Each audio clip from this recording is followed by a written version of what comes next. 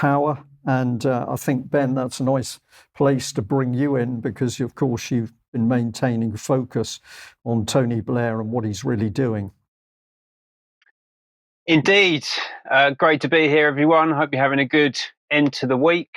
And we're going to talk about the Tony Blair Institute for Global Change Future of Great Britain event. And we're going to start by hearing from Tony Blair himself. We're going to pose a question to him. What is the problem, Mr. Blair?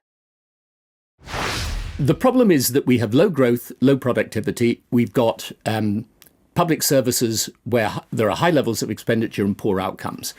The two things that get growth and productivity back are first the types of things that Rachel Reeves was talking about yesterday, planning reform, probably a better Brexit deal. These will give you short term, it should give you a reasonable boost to economic growth. But our belief is that the only long-term solution to growth, productivity, and better public services is the full embrace of this technology revolution, which prior to generative AI was already a revolution. And now I think you've got with generative AI a revolution on top of the revolution existing. So the problem we face as a country has got nothing to do with corrupt politicians. It's just about low growth and productivity in the markets and high expenditure and poor outcomes in the state. And the only long-term solution, according to Tony Blair, is the full embrace of new technology. This new technology revolution that he talked about at this event that he runs. This is the third year that it's been going for, the Future of Britain 2024, led by Tony Blair. We've already had a little bit of a background from Brian there about Blair's influence over British politics and society, but let's just remind ourselves of a couple of gems from his back catalogue. So he obviously took us into an illegal war in Iraq and then refused to apologise. Actually said that he'd do it all again, despite the fact that 1 million Iraqi civilians were killed. He's also a close personal friend of the paedophile and rapist Jimmy Savile. And I'm just going to leave it there because we'd be here all afternoon talking about the evils of our former prime minister. So what's he up to these days? Well, he's projecting global power, right? And he has this thing called the Tony Blair Institute for Global Change. And we've heard a lot about change through the recent election period. And I think that this is where a lot of that change is being driven from. It was delivered in partnership with My Life, My Say, the UK youth charity that we've talked about extensively that's focused on radically reshaping British society. In fact, they have helped to radically reshape British society in the general election. They are intimately linked into the top levels of the Labour government. Starmer actually came to the event last year, the Future Great Britain event last year, and Harjit Sahota, who's the head of external relations and stakeholders at the UK Labour Party, is actually on the board of My Life, My Say. So you should really understand that this is just one entity that we're looking at here. They may have different logos, different departments, different names, but ultimately they're all working together towards the same outcomes. Now, because My Life, My Say was involved, obviously it's all about the youth. So front and centre, opening up the day, we had these two young women, Sasha Heiko, who is a 30-year-old working on the censorship in the censorship space. And then another woman called Avye Kulut, who is big into getting young women into coding. And she's just 16 years old, right? So we've got a 30-year-old, a 16-year-old, neither of whom are native Brits, right? So these are immigrant communities, young women who've been brought in. And I just see this as a really cynical and manipulative ploy by Blair, who is a war criminal, as we've established, to basically provide him with air cover, to burnish his reputation, and to basically entice people into believing that he's a good guy that's got good and positive and constructive plans for the future of the country. Now, they got 5 minutes at the start of the day, right? So we've got to bring the young people in. It's all about them. We've got to listen to them, but actually we'll get them off stage as quickly as possible. And then it's over to Uncle Tony. And what does Uncle Tony want to talk about? He wants to talk about digital ID. He's been talking about this for 25 years plus, right? He is obsessed with the ID scheme. This is the ultimate tool for centralized monitoring and control of the population. It's really the end game for freedom. You know, at this point, you are completely owned and controlled by the state. He's obviously got a narrative that's about how great it is. It's about raising more money through taxes, saving money from reductions in things like benefit fraud, distributing benefits more efficiently during times of crisis, especially crises caused by the state. And they've talked about this in great detail in this 33-page report that was issued that very same morning. So it actually came out on the day of the Future of Great Britain event. And this is something that has been done by in collaboration with the Department of Work and Pensions. And they project that they could free up as much as 40% of work time using AI tools. And that could be the equivalent of about £1 billion a year in productivity gains. So this is a huge re-engineering of the British state. Obviously, that would have been started, that piece of work, under the previous government, and it's now been surfaced today. So you can see how this kind of uniparty moves. Policies developed by people like Blair, and it's implemented by whoever happens to be in government at that moment in time. It was done with this organisation. You can just see it referenced there on the slide, which is called Faculty, which is another private AI specialist consulting firm that's been working across the whole of central government. And I believe this was done with internal engagement from inside the Department for Work and Pensions. So I think that this is something that has been going on in close collaboration between Blair, Faculty, and the British government.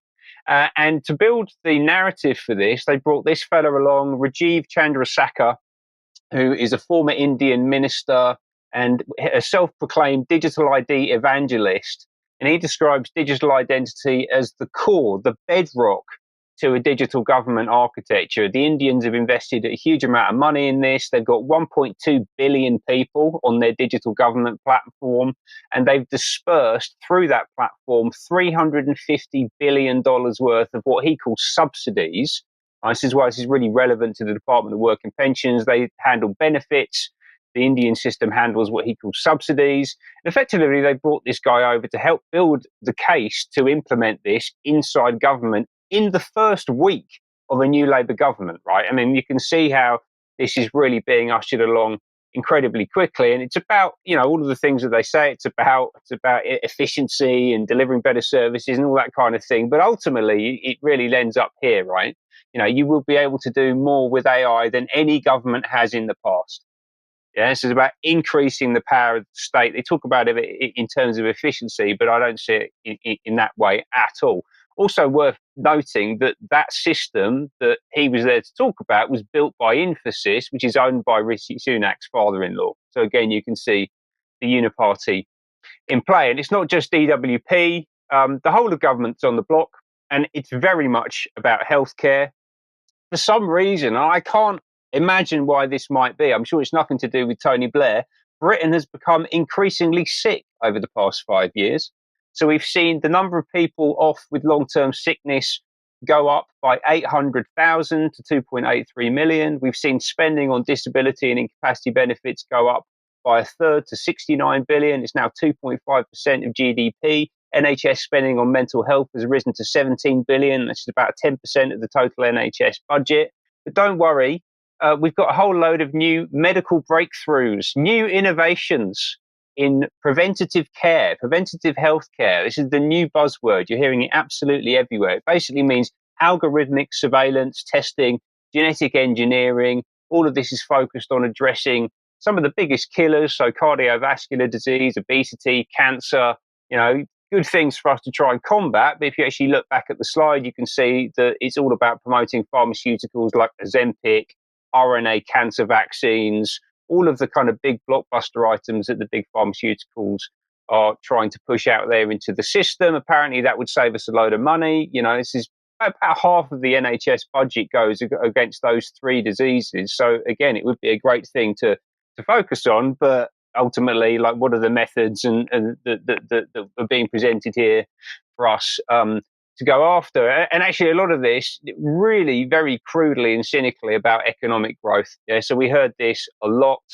We're talking about healthier people, but that's ultimately about delivering a healthier economy to deliver healthier public finances, right? So for these people, we are basically economic units and taxpayers, and our health system is a public-private marketplace. And West Streeting was perfectly happy to turn up and endorse that worldview, basically saying there is an obvious mutual interest between the public and private sectors. It's not reductive. The private sector companies need to make a profit. That's fine.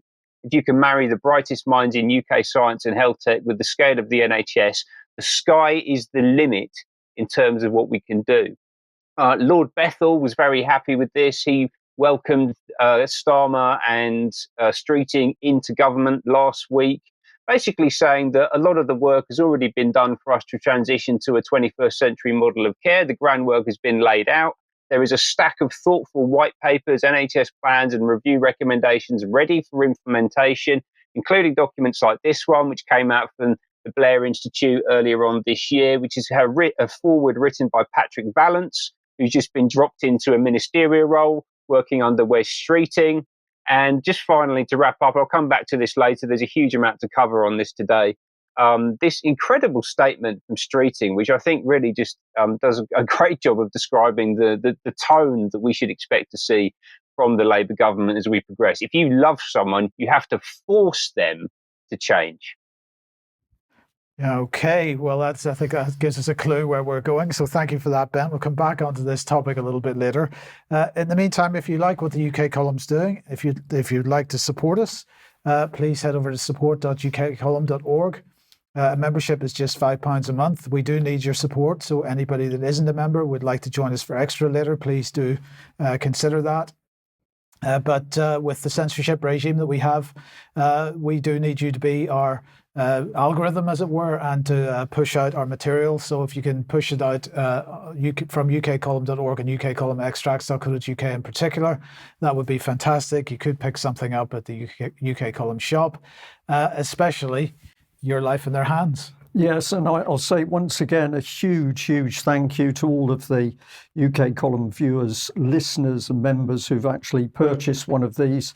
I asked if every UK Column member could buy one. This would be a huge help to us, and it would also allow you to see this new information format that we fully intend to do more of. So if you haven't got one, please get your order into Claire in the shop, and we'll be pleased to get one sent out to you. And another reminder of a date for your diary, which is Saturday the 19th of October 2024 at a venue in Bristol, which we'll announce later, a day-long event with us all there. So it's really live. Really live, yes. So do join us for that if you can. So now...